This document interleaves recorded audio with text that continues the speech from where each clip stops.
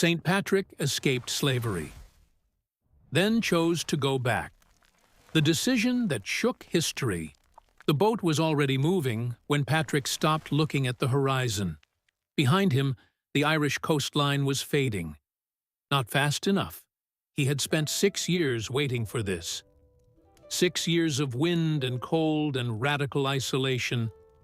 6 years as someone's property on a hillside in the northwest of the island. 6 years learning to pray the way a drowning man learns to swim. And now he was on a ship. The sea was between him and Ireland. He was 22 years old. He had gone in at 16. What most versions of this story skip over is the texture of those 6 years. It wasn't just hard labor, though it was that. It was the specific, grinding cruelty of total isolation. Patrick was a shepherd. His job was to keep sheep alive on an open hillside in County Mayo weather, which does not apologize for itself. No city, no companions, no intellectual life, no mirrors in which to recognize himself as anything other than property. He was owned by a man named Miliuk, and that was the entire shape of his existence. He had not been a spiritual person before Ireland took him. He's honest about this, extraordinarily honest, in the way that people are when they've been through something that burned the vanity out of them. In the Confessio, his own words, written by his own hand, one of the oldest first-person spiritual autobiographies in Western Christian literature, he says plainly that before his captivity, he did not know God. His grandfather was a priest. His father was a deacon.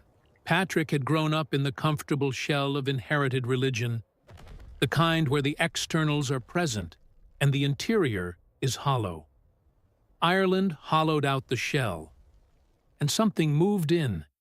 He prayed 100 times during the day, he writes, more at night, not out of discipline, out of desperation, the only rational response to a life that has been reduced to its absolute minimum. When there is nothing else, prayer becomes less of a practice and more of a direction you lean in. And something, Patrick says, leaned back.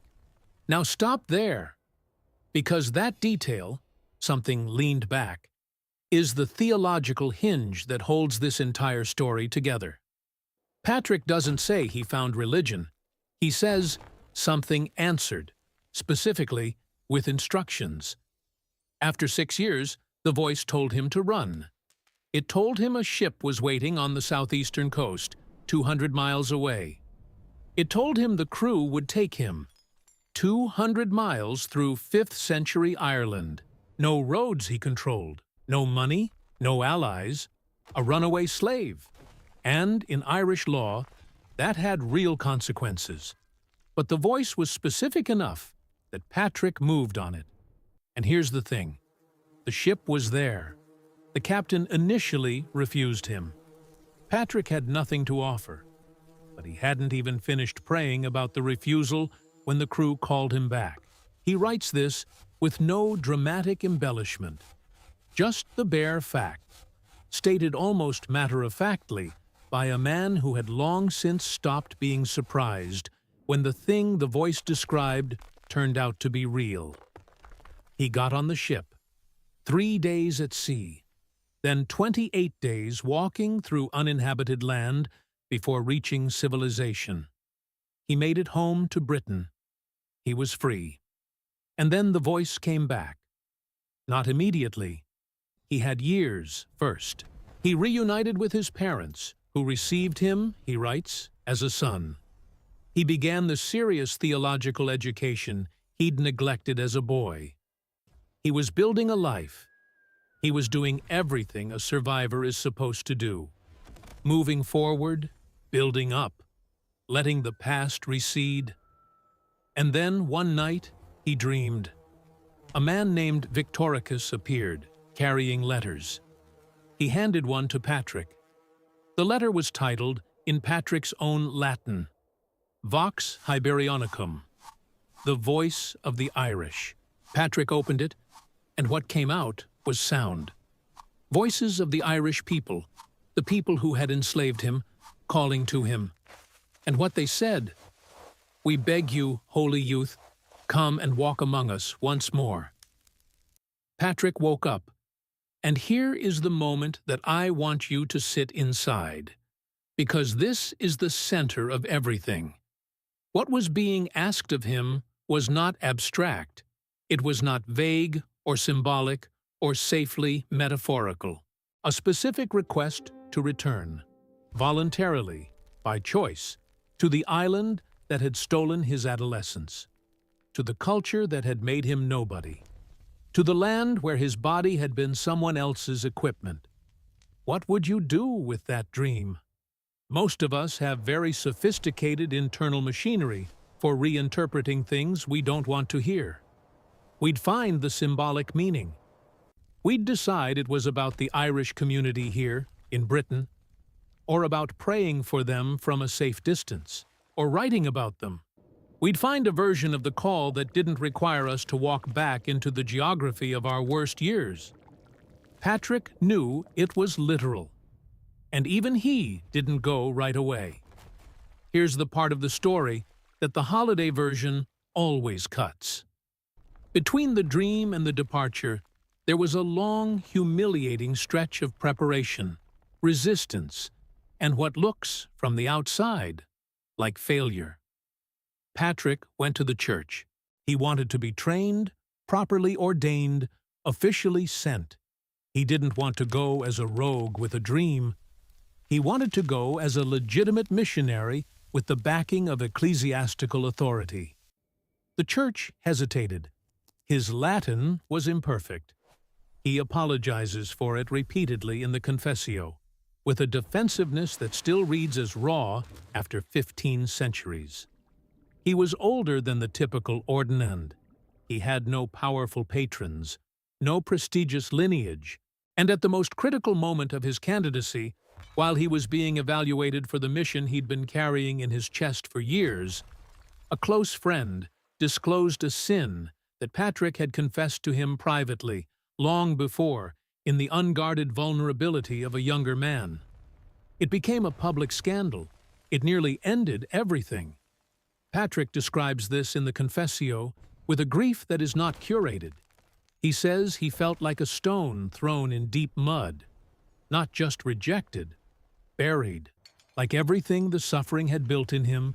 Every year of those Irish hillsides was being weighed and found worthless by people who had never spent a day in chains. Hold on to this question, because I'm not answering it yet. Why would a God who clearly had a plan for Patrick, who directed the escape, put the ship in his path, spoke to him in dreams, allow the most devastating obstacle to come from inside the church, from someone Patrick trusted with his most private self? Why does calling so often arrive with betrayal in its wake? Hold that. We're coming back to it. What Patrick did next was push through. He was eventually ordained. There's scholarly debate about the exact timeline and by whom. And he was sent to Ireland. Not without resistance, not with full enthusiasm. But he went. He landed on the northeastern coast, in what is now Ulster, around 432 CE. He was not young. He arrived without institutional prestige, without diplomatic backing, into a culture with no prior Christian infrastructure, governed by local kings whose authority was deeply intertwined with Druidic spiritual and intellectual power. The Druids were not a minor presence. They were the legal scholars, the historians, the poets, the advisors of kings, and the keepers of a complex, sophisticated, nature-embedded worldview. Challenging them was not a theological debate. It was a confrontation with the entire operational structure of a civilization. And Patrick walked into it with an advantage that no Roman-trained missionary could have had. He knew the place from the inside. Not just the language, though his Irish was native level, built into him by 6 years of immersion. He knew the land. He knew what Irish silence sounds like at 4 in the morning on an open hillside. He knew the exact quality of cold that comes off the Atlantic in March. He knew the rhythms of Irish seasons, Irish livestock, Irish loyalty structures. He had been shaped by this country at the level of physical memory, the kind of knowing that lives below language, below theology, below any framework you could have studied in a Roman school. You can't teach that. You can only survive into it. This is where Celtic Christian spirituality becomes relevant, and not as background color. Because the tradition that Patrick carried into Ireland, and that Ireland in turn deepened and transformed, was something wilder and more intimate than what Rome was building on the continent at the same time. Celtic Christians spoke of thin places, Ait Caol in Irish, locations and moments, where the membrane between the human and the divine seemed unusually permeable, where you could feel the proximity of something enormous pressing through the ordinary surface of life. A particular hillside could be a thin place, a moment of extreme exhaustion, the edge of sleep, any experience that stripped away the usual insulation between you and reality. Patrick had lived in a thin place for 6 years, not by choice, by captivity. Stripped of every comfort, every identity marker, every social protection, he had been left alone with Irish sky and Irish wind and, apparently, God. Not the distant, bureaucratically managed God of Roman institutional Christianity. Something closer than that. Something that leaned back when you leaned in. The theological tradition he brought to Ireland carried this. Celtic Christianity understood creation as charged with divine presence, not something to transcend, but something to read. Mountains, rivers, the turning of seasons, a kind of language. The natural world was not a fallen obstacle to the sacred. It was a medium through which the sacred communicated, and the Celts had developed over generations a sensitivity to that communication that their Roman counterparts largely had not. Patrick had arrived in Ireland as a Roman boy. He had been rebuilt into something more Celtic than he knew. Now, here's where I want you, if you're watching this, to stop and sit with something personal for a moment. Have you ever been somewhere, not a geographic place necessarily, that stripped you down so completely you had no choice but to encounter something real? Not a retreat you planned, not a spiritual practice you chose on a Sunday morning, but a season, an illness, a marriage that ended, a failure so complete it took your entire constructed identity down with it, a period where the things you relied on to maintain comfortable distance from your own soul were simply gone. That's the Irish hillside. Most of us run from that experience the first chance we get. Patrick had it forced on him. And when he got out, he carried something that couldn't be taken from him, because it had been built under conditions that nothing soft could produce. And then he was asked to go back. If you've subscribed to this channel, and if you haven't, right now is the moment. You know this is where we live. The real Patrick. Not the holiday version with the shamrocks and the cartoonish snakes. The Patrick who was forged in slavery, who fought the church for the right to go back to the place that broke him, who trusted that the wound was the compass. Subscribe and turn on notifications, because everything we're building here goes deeper than the surface version of this story, and this is only the beginning. Now, what happened when Patrick got back to Ireland is something that history has partially obscured but cannot fully contain. His strategy on arrival was unlike anything Rome would have approved. He didn't build cathedrals first. He didn't translate Roman theological categories into Irish terms. He didn't establish juridical authority and then invite people into it. He went to the kings. He worked with the legitimate power structures of Irish society, rather than positioning himself against them. He baptized people. His own numbers in the Confessio are too large to verify independently, but the transformation of Irish civilization that followed is historically undeniable. And he ordained local men as clergy almost immediately, without waiting for Roman vetting procedures, without insisting that Ireland become a satellite of Roman church culture. He understood that what Ireland needed was not Rome transplanted. It needed something grown from its own soil. And only someone who had literally been grown by that soil could have understood that. The Lorica, the prayer traditionally attributed to Patrick, sometimes called Saint Patrick's breastplate, gives you a window into how he prayed and how he understood the nature of divine protection. It's structured as a kind of total occupying of space.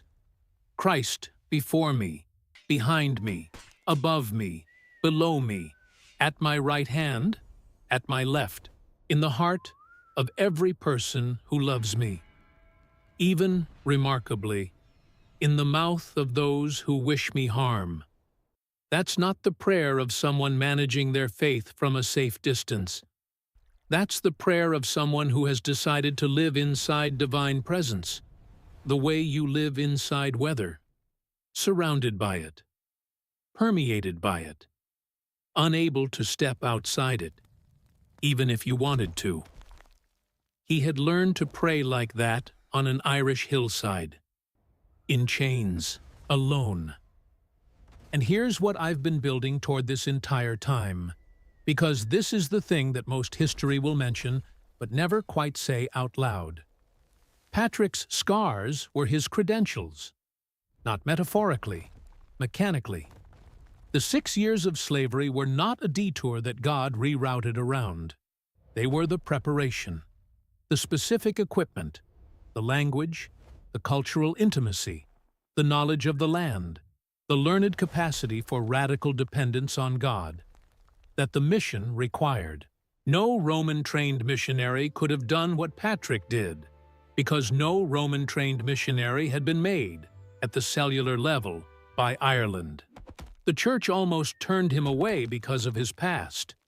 God chose him because of it. And here's the direct question I want to put to you right now. Not rhetorically. I mean this. What is the thing in your story that you're most ashamed of? What is the season you most want to hide from whatever you think your purpose is? Because there's a real chance that thing is not your disqualification. There's a real chance it is exactly your qualification. That the specific way you were broken is the specific knowledge that the people in the place you're avoiding most need someone to carry in. Patrick didn't succeed, despite what Ireland did to him. He succeeded because of it. And the part that matters is not the suffering. Suffering in itself is just suffering. The part that matters is what he let the suffering build. He let it build intimacy with the people who caused it. He let it build knowledge that couldn't come from anywhere else. He let it build a prayer life that was not religious performance, but survival habit. And then he carried all of it back to the place that had made him carry it. Now, here's the answer to the question I left open earlier. Why do callings so often arrive accompanied by betrayal? Why was Patrick publicly humiliated by a friend's disclosure at the exact moment he was supposed to be evaluated for the mission of his life? Because a Patrick who went to Ireland with full institutional backing, clean credentials, and the prestige of Roman ecclesiastical authority would have built something different. He would have had things to protect. He would have had a reputation to maintain and a church structure to preserve and an image to manage. The very betrayal that buried him in humiliation stripped all of that away. It left him with nothing to rely on except the raw, undecorated call itself. His inadequacy was the architecture. Everything that might have allowed him to build the mission on something other than absolute daily dependence on God was removed. The embarrassment was load-bearing. The exposure was structural. The humiliation was the foundation. And this is the specific challenge this puts to anyone who is waiting for the right conditions before they move on the thing they know they're supposed to do. You may not get the right conditions. Patrick didn't. You may get betrayed by someone you trusted. Patrick did. You may be found unqualified by the very institution that's supposed to send you. Patrick was. The question is not whether the path is clear. It never is. The question is whether the call is real enough to move without a clear path. Patrick's was. Near the end of his life, and we don't know exactly when he died, sometime in the second half of the 5th century probably, he was still in Ireland. He had never gone home. After everything, the mission, the success, the confrontations with Druidic authority, the political friction, the complicated relationship with the Roman Church that never fully trusted him. After all of it, Patrick was still there. And the Epistola, his second surviving document, shows you what he had become. He publicly rebuked the Romano-British military commander Coroticus for raiding Irish Christians and selling them into slavery. He called the man's actions monstrous. He said Christians who supported Coroticus were to be shunned. Patrick was Roman-British. Coroticus was from his own world.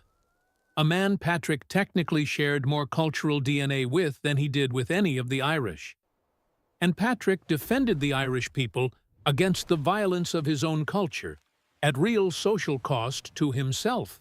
That is not performance. That is the irreversible transformation of a man who has genuinely changed sides. Not politically, but in some deeper way that doesn't have a clean name in Latin or Irish. He belonged to Ireland now, not because they had taken him, because he had chosen to return.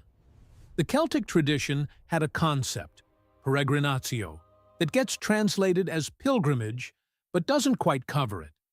It was the practice of voluntary exile for the sake of God. Many Celtic monks took it to its literal extreme. They got in small boats without oars and let the current carry them wherever the sea decided, trusting that where they landed was where God needed them. A radical, irreversible surrender of control over the destination. Patrick's peregrinatio ran backwards. He didn't leave home for the unknown.